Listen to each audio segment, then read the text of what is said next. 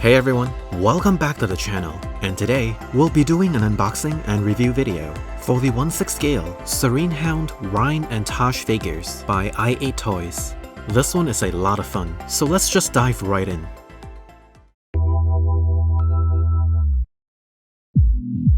With Catherine's debut success for the Serene Hound series, i8Toys followed up with a double feature release, starting with Rine or Rine and Tache, or maybe even Tache.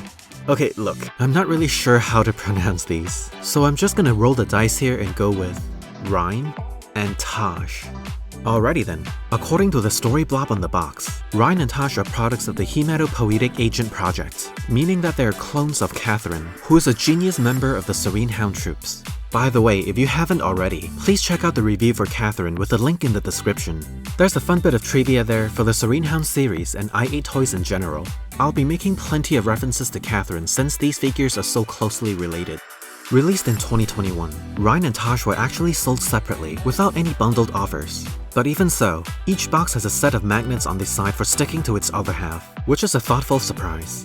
And thanks to the brilliantly consistent box art design of this series, putting the set of boxes together is an absolute treat for the eyes.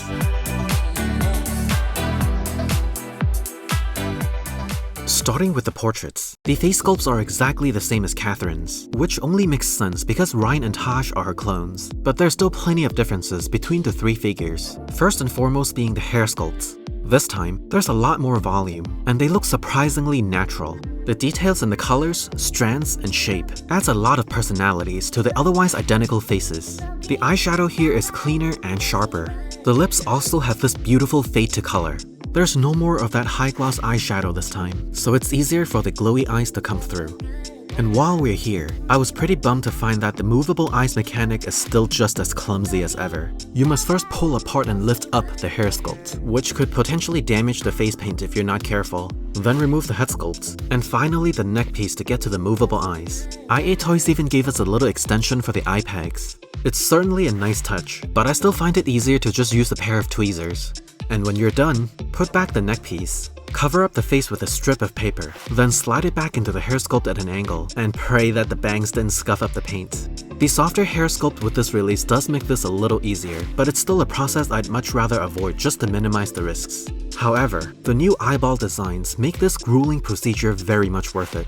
For the first time in the series, i8Toys introduced this crystal clear iris, compared to the usual painted eyes, which is usually dull and flat, even with a layer of gloss. These irises are sharp, clear, and provides a sense of depth for the pupils, and they reflect just enough light to have this sinister glow in certain angles. Coupled with the picturesque makeup, Rine and Tache have this intriguing yet undefinable allure to them. The overall composition of the costumes are generally the same as Catherine's, which once again makes sense as they are all part of the Serene Hound unit.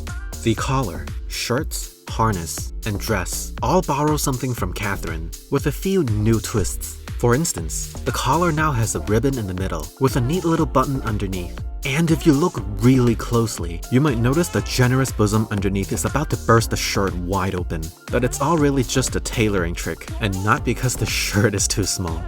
Tache's harness has these extra loopies on the side for style points.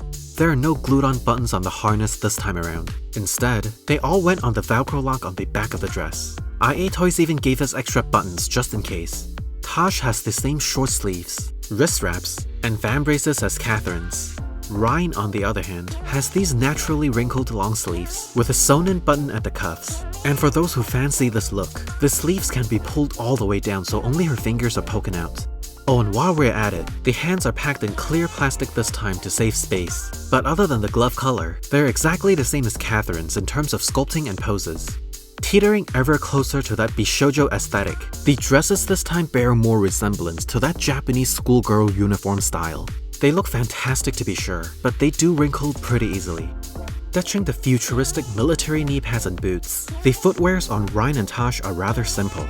Rine is rocking these mid-calf high-heel boots with the same style of zippers and stockings as Catherine's, and Tache's knee-high boots wonderfully complements the physique of the legs. As for articulations, the hybrid seamless base bodies are once again identical to Catherine's. Oh, did you guess that already? What gave that away? But anyway, these seamless elbows and knees are equally brilliant, even though they shouldn't be left in a pose for too long. And with the same quality torso and pelvis joints, you can pull off a pretty wide leg spread for those landing poses, or do an aiming pose with the weapon very close to the face.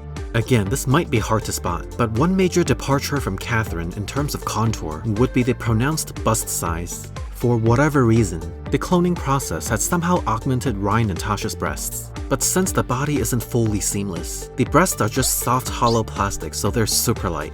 And also, unlike Catherine, who could actually stand on her own without a display base, the boots on Rine and Tache are super stiff, rendering any ankle articulations useless, so I couldn't get my copies of the figures to stand at all without some kind of support. And like last time, this release also does not come with any display bases, so be prepared to get a few extras if you don't already have them. And to no one's surprise, the accessories this time around are as bare as they come. The girls are each rocking a Dragunov sniper rifle. Rine's has a cerulean frame with a black foldable stock. Tache's has a baby blue frame with a standard handguard stock. Each rifle has a rear backup iron sight, an adjustable safety, a spring-loaded ammo chamber lid, 2 magazines, each with some sculpted ammo neatly layered inside, and a spring-loaded bipod that can be conveniently folded away or fully expanded for those long sharpshooter stakeouts. There's also an option for a strap, so these weapons can be carried or mounted on the back. Rine's choice of optics is ridiculously huge, with an equally huge lens cover. All the weapons in this series thus far seem to be based on real life, but I'm not sure what kind of scope this is supposed to resemble, so please let me know in the comments if you do.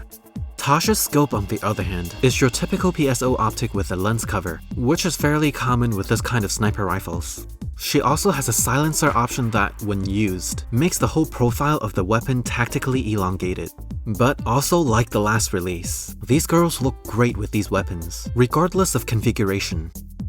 And since I totally forgot to do this for Catherine's review, here's some rapid-fire size comparisons with some other female figures that may have been featured on this channel before. Starting with the SW-Toys Lara Croft 3.0, War Story Tifa Lockhart, and Master Team RE3R Jill Valentine. The sculpted bodies from the original Effect era tend to be a little taller, so I'm really glad that i8Toys had chosen to use these fairly standard bodies for this series. So there you have it, the 1/6 scale Serene Hound Rine Tache by i8Toys. On the surface, these figures might appear to be just a repackaged version of their predecessor, but besides the limited ankle articulations, everything that i8Toys did well with Catherine, they did even better with Rine Tache. The improved hair sculpts, the prettier makeup, the super detailed sniper rifles, and best of all, the beautiful eyes with that ethereal glow are qualities that make Rine Tache the definition of sinister beauty. Thanks for watching, and I'll see you in the next video.